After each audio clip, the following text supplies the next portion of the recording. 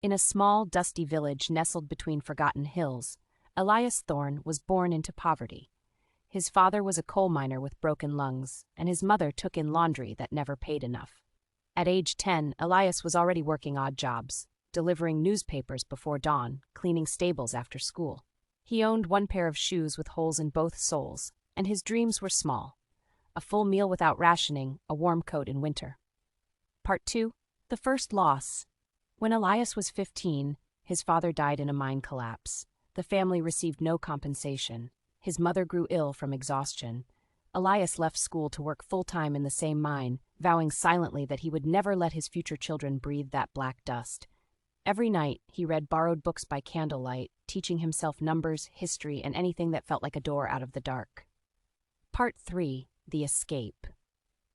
At 19, Elias saved enough for a one-way train ticket to the city. He arrived with $7 in his pocket. In his pocket, a patched suitcase, and a burning hunger to learn. He slept in boarding houses, worked as a factory janitor by night, and attended free public lectures by day. He discovered a talent for fixing broken machines, something no one had taught him, but his hands simply understood. Part 4. The First Gamble. Elias spent 3 years repairing machinery in a textile factory. He noticed the machines broke in predictable ways and began sketching improvements on scraps of paper. At 24, he quit his job, sold everything he owned, and used the money to build a prototype of a stronger loom part. With trembling hands, he showed it to the factory owner. The man laughed until the part lasted 3 times longer than the original. The owner bought the design for $500. It was the first money Elias had ever earned with his mind. Part 5. The Struggle. Elias opened a tiny workshop in a rented shed. Orders trickled in, but so did debts. Suppliers demanded cash up front. Banks laughed at a poor boy with no collateral. For 2 years, he lived on bread and coffee, working 18-hour days. Creditors knocked constantly.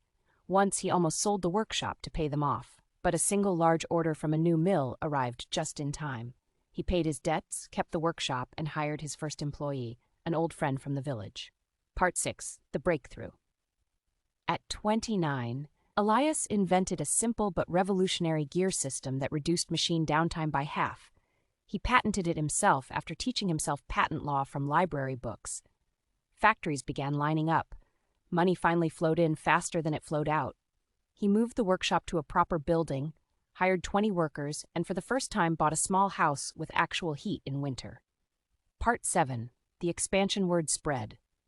Elias's parts were reliable and cheaper